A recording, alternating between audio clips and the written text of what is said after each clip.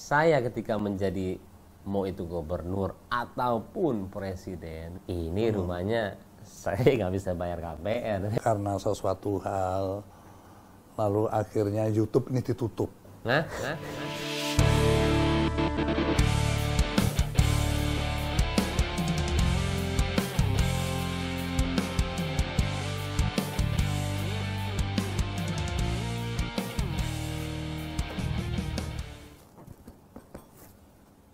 Assalamualaikum warahmatullahi wabarakatuh. Sahabat Bang Yos, dimanapun Anda berada, jumpa lagi kita di acara Benang Merah bersama Bang Yos. Kali ini, di episode berikutnya, saya mengundang seorang milenial yang paling, banyak sekali sih palingnya, ganteng, good looking, dia milenial sukses. Pasti kaula muda, apalagi mak-mak tahu semua. Siapa dia? Baim Wong. Waduh, terima kasih Bang Yos. Aku yang terima kasih Baim ya. Sama-sama. Gua tahu lalu orang yang super sibuk ya. Ngundang dalam waktu cepat terus datang ke sini, itu satu kehormatan bagi Bang Yos yang luar biasa. Sama-sama Bang Yos. Sehat-sehat ya Bang Yos ya. Alhamdulillah sehat. Alhamdulillah. Gini, yang pertama gini ya Bang ya. Boleh Bang. Saya tahu Anda itu orang sukses, dan sukses itu siapapun dia ya, itu tidak mudah digapai ya. Mengalami pasang surut, kadang jatuh bangun, itu tergantung orangnya. Mau bangun lagi apa tidak gitu. Nah oleh karena itulah, karena acara ini juga untuk sharing pengalaman, ya saya ingin Baim nih cerita ya dari kecil, apakah memang punya cita-cita sampai sekarang. Ingat saya tahun berapa ya, 2001 atau 2000 berapa gitu. Lo pertama kali mulai dari entertain. Ya, setelah itu enggak tahu terus jadi kayak begini suksesnya. Yuk cerita sekarang coba bagaimana. Oke. Saya itu benar 2001 ya Bang Yos, saya mulai entertain dan perjalanannya panjang sih. Papa saya itu temannya Bang Yos. Siapa? Johnny Wong. Oh, bener nih. Iya.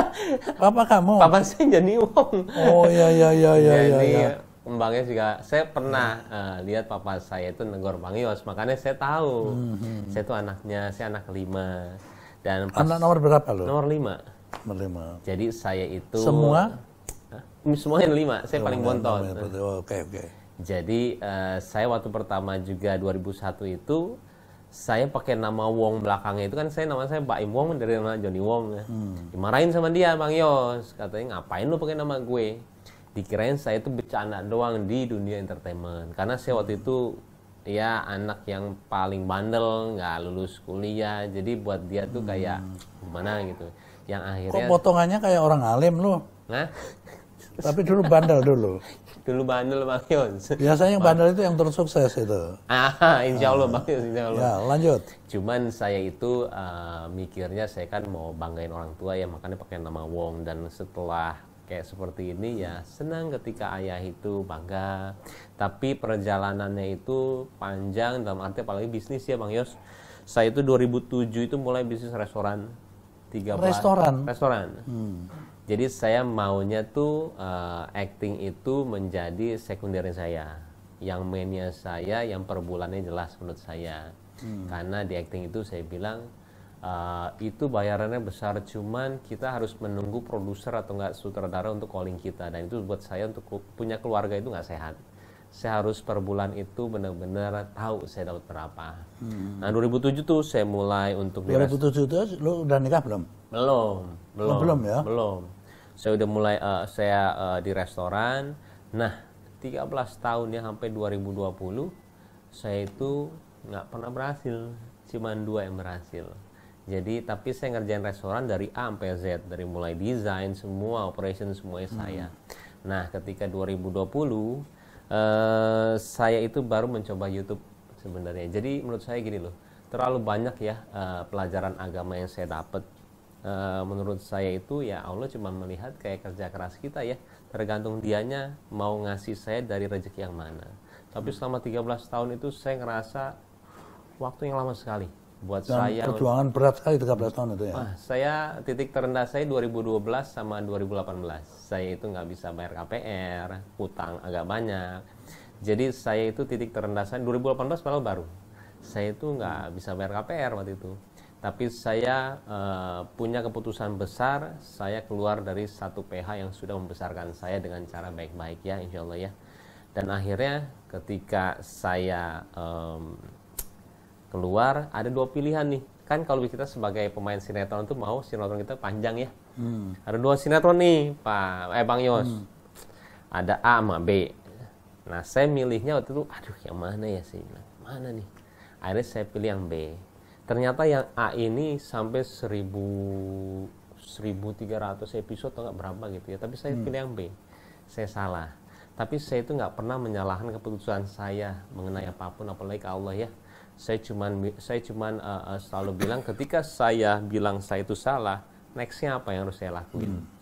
Nah, bayangin kalau misalkan saya itu pilih yang A, yang 1300-an episode, ketika saya bingung yang B itu saya selesai, di situ saya mulai buat YouTube. Buat YouTube.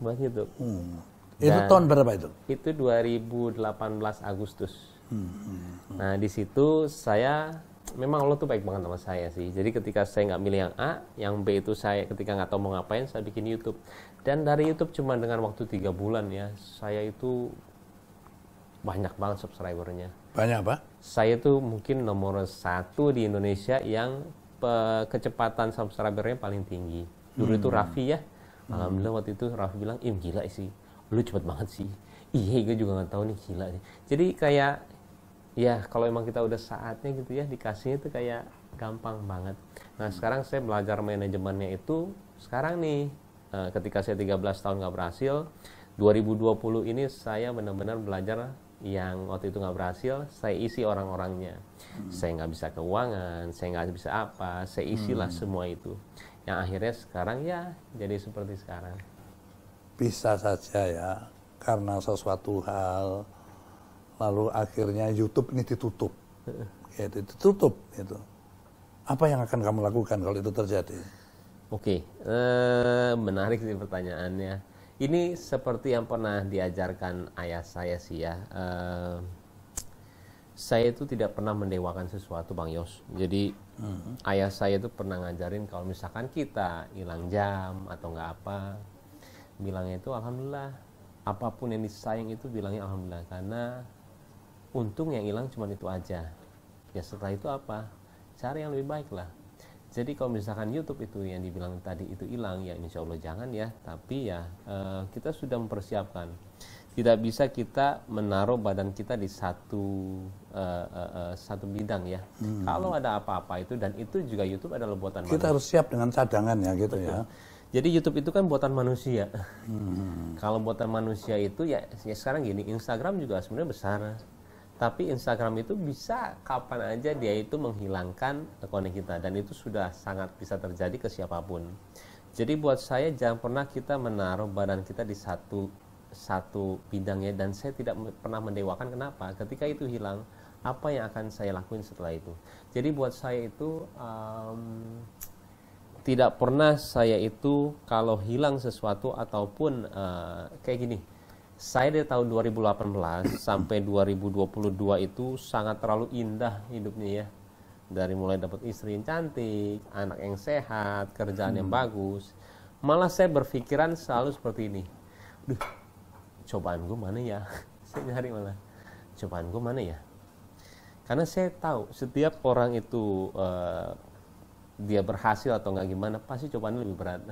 Malah saya nungguin cobaannya mana ya. Saya takut cobaan itu malah terlalu berat buat saya sama keluarga saya. Saya takut anak saya itu gimana-gimana atau nggak ini. Apalagi yang kedua juga, yang kedua kok lancar-lancar aja hamilnya ya. Saya bilang, saya malah nungguin mana cobaan gue ya, gue bilang. Akhirnya waktu pas 7 bulan, Paula itu kena DBD. Dan kalau DBD itu kan nggak bisa diobatin pas lagi hamil ya. Pas saya datang ke dia, saya bilang, ucapin alhamdulillah, mudah-mudahan ini cobaannya ya, saya bilang. Karena kita nungguin, karena saya tahu pasti saya akan mendapat cobaan. Sama seperti misalkan saya yang paling mungkin, misalkan YouTube hilang ya, buat apa kita nangis? Buat apa kita sedih seperti itu? kita harus mengkreasi suatu hal yang baru, bukannya kita aduh ini kemana ya. Jadi buat saya itu adalah suatu cobaan yang ya itu mah cobaan kecil kali, yang paling berat juga belum kali sekarang itu. Tapi dengan sebelum ada cobaan itu kita sudah mempersiapkan nih. Yang tadi saya itu nomor 1 mungkin pendapatan di YouTube ya untuk di saya. Sekarang saya alhamdulillah setelah berjalan ya itu sudah 1/5 atau enggak 1/6-nya pendapatan saya. Jadi gimana caranya saya ngelingkarin semua itu ke dalam satu perusahaan besar yang salah satunya adalah YouTube, tapi di samping itu lebih besar. Terus kamu nikah tahun berapa jadinya? Saya 2018. 2018 setelah merasa mapan lah ya gitu. Enggak, itu lagi di bawah. Masih di bawah juga. Dan saya waktu itu bojo saya, pacaran saya itu model kelas AAA. Wah, saya dengar istrimu orang Belanda bukan? Iya, tinggi Bang Yos. Jadi saya pas pacaran sama dia tuh pas 2 minggu saya langsung bilang sama dia, kamu. Itu nekat namanya. Nah iya, pas saya di bawah. Kamu jangan lihat rumahnya ya, saya bilang. Ini rumahnya saya nggak bisa bayar KPR, saya bilang 53 juta sekian nggak bisa bayar nih. Kalau lo lihat gua kayak orang kaya, lo salah, gue bilang. Gua itu akan menjadi sukses, tapi gua harus kerja keras. Lo mau nggak sama gue? Kalau mau, ayo. Dan kenapa saya bilang kayak begitu sama dia? Karena saya waktu itu udah umur 37. Buat saya 37 itu ya sudah mulai. 37 baru nikah ya? Iya. Saya bilang itu supaya nggak buang-buang waktu saya. Dan akhirnya saya dengan jujur seperti itu dan bilang saya mau sebulan insya Allah saya dapat segini. Kalau mau nggak di samping saya. Itu angka yang menurut saya nggak wajar lah ya. Dan dia bilang amin. Dan akhirnya kita nikah cuma dengan 2 bulan pacaran. Dan yang saya sebut nilai itu sekarang saya bisa dapetin berkali-kali lipat. Itu cuma tangannya Allah aja. Jadi ikut. Waktu berbisnis itu istrimu ikut juga? Ikut dengan. Jadi sukses bersama lah ya? Iya benar. Saya bilang semuanya apa yang terjadi sekarang rezeki istri. Iya. Nah, jadi disinilah ya bahwa sekali lagi karier itu sukses itu tidak bisa diperoleh kayak sulapan, tidak bisa ya jatuh bangun kayak kamu tadi kan. Yang paling penting kuncinya apa yang saya baca tadi, kamu nggak menyerah. Gitu kan, gagal di sini pindah ke sini. Nyatanya di sini bisa sukses. Nah gitu. Nah, kecuali itu ya, Pak Im ya, saya dengar juga kamu dengan kesuksesan itu tidak terus lupa diri gitu. Tapi kamu peduli dengan orang. Amin, bahkan yang pernah saya baca berita itu dulu waktu Semeru ya meletus. Tentu banyak korban. Di antara korban itu adalah binatang. Iya. Binatang yang harusnya kita pelihara kelestariannya.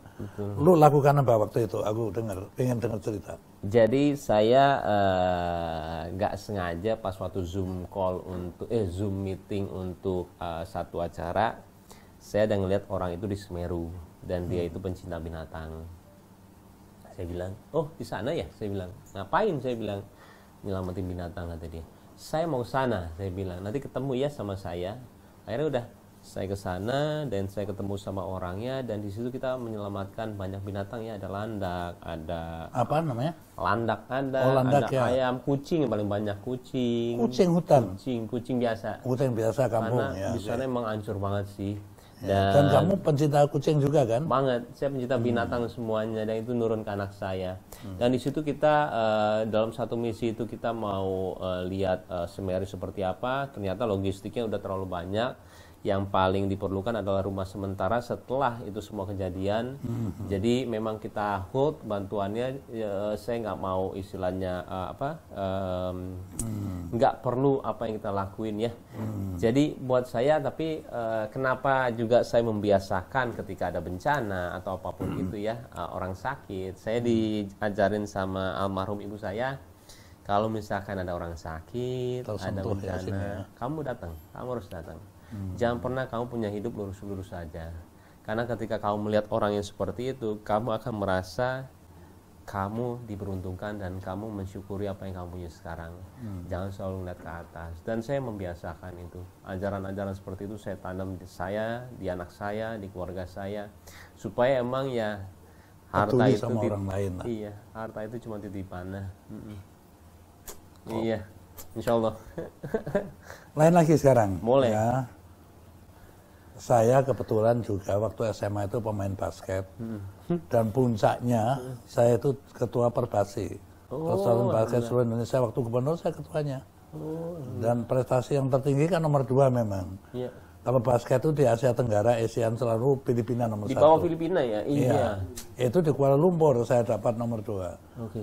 Sekarang saya dengar juga Baim mengurus apa namanya basket gimana? Coba cerita. Saya suka basket dari zaman main juga kan? Main dari zaman Jordan dulu sampai detik ini saya tuh masih nonton basket ya. Jadi nggak tahu gimana ya saya tertarik untuk gabung dan saya selalu melihat ketika mau gabung itu karena saya belajar dari yang 13 tahun itu ya, saya mau gabung di organisasi yang sudah pondasinya kuat. Supaya saya tidak mikirin ke arah yang tidak perlu. Saya capek lah kalau udah mikir karena kerjaan saya banyak. Dan pondasi itu ada di Satria Muda. Makanya saya gabung di sana, tapi dengan visi yang sangat jauh. Klubnya klub apa yang kamu? Satria Muda. Satria Muda. Oh terkenal dong Satria Muda. Jadi dia baru juara kemarin. Itu papan apa sekarang? Papan atas, menengah atau apa? Juara kemarin. Juara? Juara kemarin. Iya. Juara kemarin. Jadi kamu sebagai apa di situ? Presiden klub. Wih, keren. Amin. Hebat dong itu. Iya, jadi tapi visi yang lebih besar sih sebenarnya membawa balik nama basket Indonesia ya. Zamannya Bang Yos tuh Kobatama tuh bagus banget. Jadi saya itu saya penonton juga Kobatama. Jadi kenapa Kobatama sama IBL itu kok sekarang agak berbeda ya, untuk Aminos penonton Indonesianya. Jadi adanya saya, adanya Raffi, ada yang Gading, ada yang Wijin atau enggak semuanya orang di situ, ya maunya awareness ke basket itu lebih ini lagi.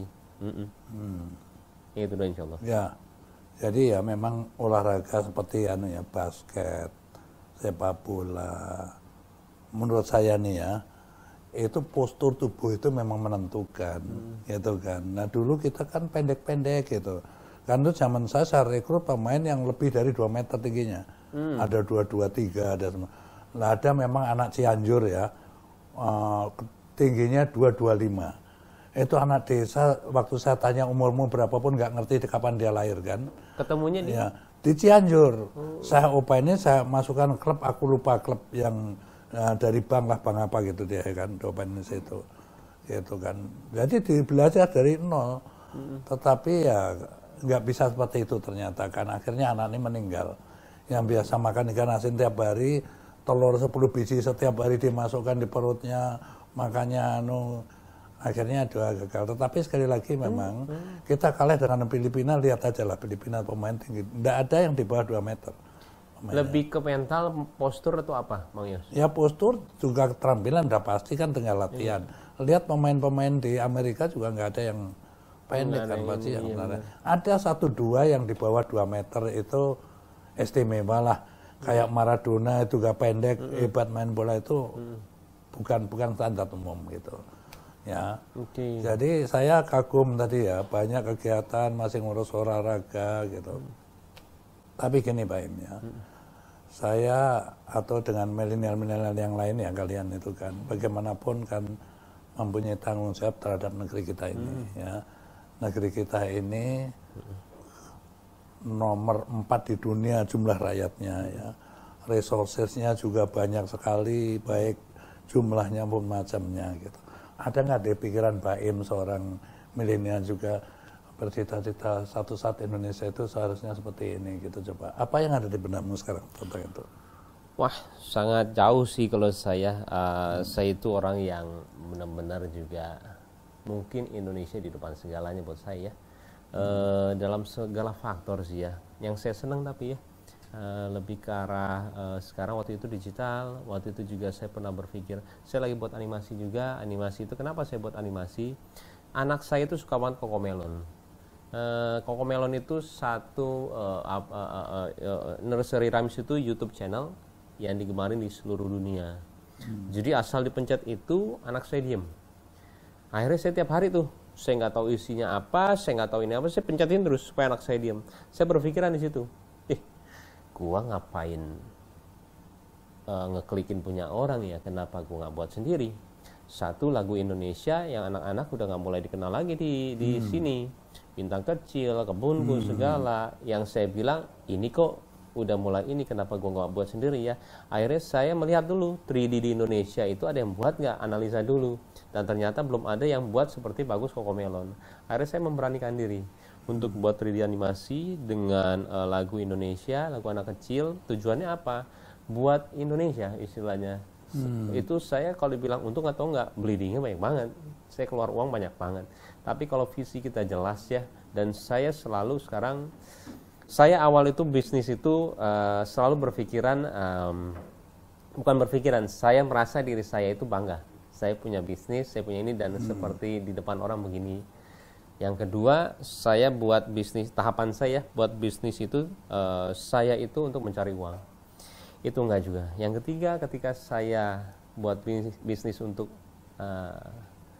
peduli dengan sama ya, orang-orang kita di bawahnya, mengubah hidup orang lain, tujuan saya itu dengan sendirinya rodanya berputarnya itu sangat kencang sekali. Dan itu buat saya itu pelajaran di saya sampai sekarang. Saya tidak pernah berpikiran berapa yang saya masuk, tapi berapa perubahan yang saya bisa kasih ke orang lain.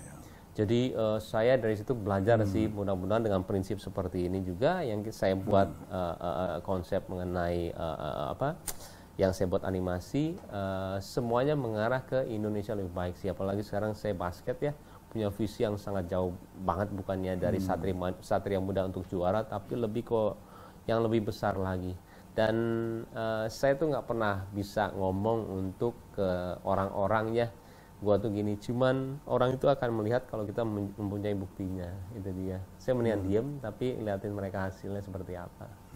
Iya, kalau saya itu. Tapi kalau untuk visi besarnya Indonesia di mata saya itu sangat jauh sih ya, Bang Yos. Saya itu yang di pengertian saya, yang di dunia saya, apalagi digital ya, kita masih agak jauh sih ya. Saya nggak tahu dari segi faktor apa. Tapi kalau saya itu, tapi mata kita sudah terbuka sih ke arah sana. Apalagi sekarang ada, saya nggak tahu ya, ada kripto, Bitcoin atau enggak apapun itu, tapi yang menurut agama juga kita belum tahu ini benar atau enggak. Saya itu harus meluruskan itu dulu. Cuman ya mengarahnya ke sana itu sudah beyondnya kita semua sebenarnya. Metaverse apalagi, itu dunia yang istilahnya kita nggak tahu.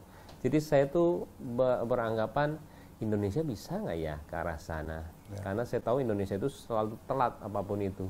Mau itu BlackBerry, mau itu iPhone, mau itu apa internet, apapun itu, semuanya itu telat. Cuman saya mau, yuk kita jangan sampai kalah makanan kirinya nih. Apa yang bisa saya lakukan dengan ininya saya? Satu di antaranya ya, saya kira adalah kualitas SDM.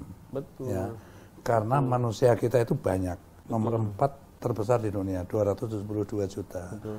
Jadi kalau manusia ini banyak tapi tidak berkualitas, itu jadi beban. Betul. Beban pemerintah kan tentunya kan, karena dia harus suplai, dia harus makan, dia harus punya papan, ya kan, dia harus punya sandang. Tetapi sebaliknya, kalau dia berkualitas, jangan dia ngidupin sendiri, ngidupin orang lain dia bisa kan. Nah, kayak kamu kan pasti punya pegawai kamu, ngidupin orang lain itu antara lain. Nah itulah saya kira benang merahnya di situ diantaranya gitu. Nah, tapi Bang Yos, kalau misalnya bicara SDM, maaf saya potong. SDM itu, bagaimana memilih SDM yang menurut Bang Yos itu bagus ya, dalam arti Indonesia itu agak bingung saya dengan SDM-nya ya. Dia tidak bisa dimarahi dia keluar, dia itu tidak bisa dikerasin. Untuk disiplin itu lumayan agak kita milih SDM-nya siapa ya. Jadi menurut Bang Yos itu bagaimana cara kita memilih SDM yang baik dalam segala faktor ya, menurut Bang Yos gimana? Iya, harus melalui pendidikan. Pendidikan kita harus ditata yang baik gitu. Awal pendidikan ya. Pendidikan itulah kuncinya. Oleh karena itu Baim ya, waktu saya gubernur DKI Jakarta, saya sadar saya memimpin provinsi yang tidak ada resourcesnya. Aku tidak punya sumber alam. Kalau yang lain punya minyak, punya tambang, punya emas, punya macam-macam yang lain lah ya. Saya punya apa gitu, hanya punya sumber daya manusia. Karena itulah saya mungkin waktu itu provinsi paling tinggi membiayai dari APBD pendidikan itu saya gitu. Wow. Gitu. Jadi dengan sumber daya manusia yang berkualitas ini dia bisa menghidupin orang lain. Nah, secara nasional menurut saya seperti itu. gitu. Jadi kita harus bersaing secara global. Kalau tidak kita hanya disuruh-suruh orang saja, dari jajah orang saja. Gitu. Itu yang berpendidikan. Kalau yang nggak berpendidikan, gimana cara kita menjadikan lebih? Ya pendidikan kan berarti tenaga kasar saja yang dia bisa lakukan. Nah itulah titik lemah kita masih banyak yang seperti itu. Karena itu pendidikan itu harus menjadi prioritas di dalam pembangunan bangsa ini. Tentunya. Nah sekarang Mbak Im ya, kalau saya lihat nih ya, banyak sekali katakan public figure, nah, apakah dia penyanyi, apa dia MC, pemain film gitu ya. Banyak sekali yang terjun dia sekarang di eksekutif. Di eksekutif contohnya kayak Pasha Ungu misalnya kan. Nah, jadi wakil wali kota di Sulawesi sana kan. Yang di legislatif banyak lagi itu di sana, itu ada Krisdayanti, ada yang lain-lain lah gitu. Ada nggak ada pikirannya si Mbak Im ini suatu saat aku tak juga masuk ke situ gitu. Ada nggak pikiran gitu? Kalau saya jujur, saya itu ada, cuman saya itu cuman satu yang saya mempertanyakan. Saya itu yang pertanyaan bercandanya ya. Saya ketika menjadi mau itu gubernur ataupun presiden, ketika saya jujur, saya bisa kaya nggak? Itu yang paling gampangnya aja.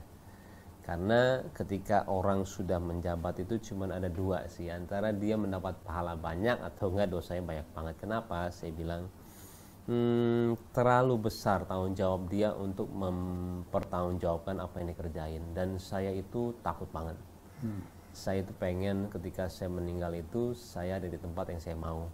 Nggak mau cuman kenapa saya mau menjabat menjadi gubernur atau enggak presiden atau enggak semuanya itu, saya pengen mendapat pahala yang banyak banget, itu aja.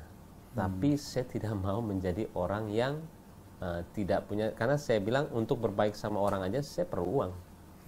Saya nggak sukses, saya harus sukses untuk baik sama orang. Karena ketika saya masuk rumah orang, ketika rumah itu nggak bagus, ketika rumah itu harus saya ganti dengan kondisi yang mengkhawatirkan, saya akan rubah rumahnya. Pakai uang siapa? Pakai uang saya. Saya nggak pakai uang siapa-siapa. Dan kenapa saya ngelakuin itu? Saya percaya banget apa yang dilakuin di situ sama keluarganya setelah saya bangun, pahalanya itu sedikit buat saya. Mau dia sholat, mau dia kasih makan anaknya. Jadi itu yang bikin saya itu sekarang senang banget untuk ada di posisi, saya paling nggak mau juga bilang saya bantu, saya menolong, enggak, saya cuma melakukan apa yang saya suka aja. Karena menurut saya berat kata-kata artinya itu. kamu sadar bahwa inilah lahan saya, itu adalah orang lain. Itulah kira-kira gitu lah. Tekunilah yang kamu ini memang sudah bisa di situ. Syukur bisa membantu juga yang lain. Kan gitu. Hebat kamu. Wah, insya Allah Pak. Belajar saya tuh. Saya pas pertama di WhatsApp Bang Yos saja sampai untuk papannya bagus. Gitu. Kalau enggak saya lebih populer dari saya lah, Pak Im. Followermu aja udah berapa puluh juta. Saya kan dengan prestasi jadi, kita tahu. Saya ya WA kamu tadi dibalas itu sudah amat gembira bagi saya. Gitu, sama-sama Bang Yos. Jadi lain kali juga saya siap kalau kamu memang membutuhkan saya gitu kapan saja untuk diskusi, tukar pikiran, kita sharing pengalaman lah. Benar ya Bang Yos? Benar, insya Allah. Perlu banget saya itu, insya Allah. Ya. Terus kata akhir coba untuk Indonesia apa gitu, terutama untuk para milenial kayak kamu, barangkali ada pesan khusus. Buat teman-teman yang nonton atau nggak siapapun ya, banyak berpikiran kalau kita itu bingung mau ngelakuin apa ya. Sebenarnya jawabannya mudah aja, kalau emang jadi diri sendiri aja, apa adanya. Jadi diri sendiri, apa yang kalian suka, jalanin aja, nggak usah mikir dapat berapanya atau nggak apanya. Yang penting seneng lakuin kerjaannya. Insya Allah sih apa yang kalian cita-citakan itu kesampaian. Dan kalau misalkan kalian itu kerja dari jam 9 sampai jam 5 itu nunggu pulang, itu bukan pekerjaan yang kalian mau sih. Karena pekerjaan yang kalian mau itu 24 jam hampir kita kerja, dan itu nggak kerasa capek. Jadi buat saya, buat milenial, lakuin apa yang kamu suka, insya Allah ya bisa mendapatkan apa yang dicita-citakan. Sahabat Bang Yos, ya kita sudah dengar cerita seorang anak muda yang sukses, Amin. ya, rendah hati, dia juga peduli dengan sesama, bukan sesama aja, hewan pun dia peduli untuk diselamatkan. Itulah Pak Embong. Amin. Terima kasih Pak Embong.